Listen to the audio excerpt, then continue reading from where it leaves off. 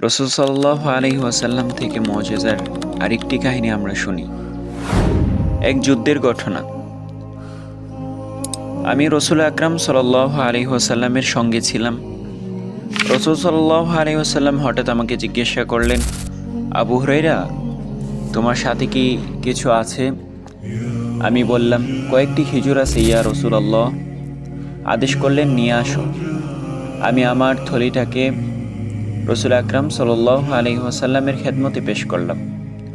রাসূল আকরাম সাল্লাল্লাহু আলাইহি ওয়াসাল্লাম থলিটাকে হাতে নিলেন এবং তার থেকে খেজুরও হাতে তুলে নিলেন এবং তাতে দোয়া পড়লেন। বললেন, আবু হুরায়রা, 10 জন সাহাবীকে ডেকে আনো। 10 জনকে আমি ডেকে আনলাম। প্রত্যেকেই তৃপ্তি সহকারে খেজুর খেয়ে চলে গেলেন। আমি আবারও 10 জনকে ডাকলাম, তারাও তৃপ্তি সহকারে খেজুর খেলো এবং চলে গেল। এভাবে পূর্ণ বাহিনী তৃপ্তি সহকারে খেজুর খেলো। হাতে নিয়ে দেখি তখনও থলিতে খেজুর রয়েছে। তখন রাসূল আকরাম সাল্লাল্লাহু আলাইহি ওয়াসাল্লাম বললেন, থলিটাকে তুমি নিয়ে যাও, আর শোনো, এটি কখনো উল্টো করবে না, যেভাবে আছে সেভাবে রেখে দিবে।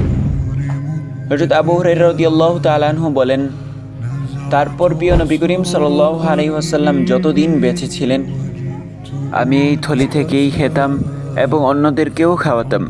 এই খেজুর আমি আবু বকর রাদিয়াল্লাহু তাআলা আনহু, ওমর রাদিয়াল্লাহু তাআলা আনহু এবং ওসমান রাদিয়াল্লাহু তাআলা আনহুর আমলেও আমি খেয়েছি। অবশেষে যখন ওসমান রাদিয়াল্লাহু তাআলা আনহুকে শহীদ করা হয়, তখন আমার ঘর হতে এই থলিটাকে লুট করে নেওয়া হয়। এরপর থেকে আমি থলিটা আর খুঁজে পাইনি।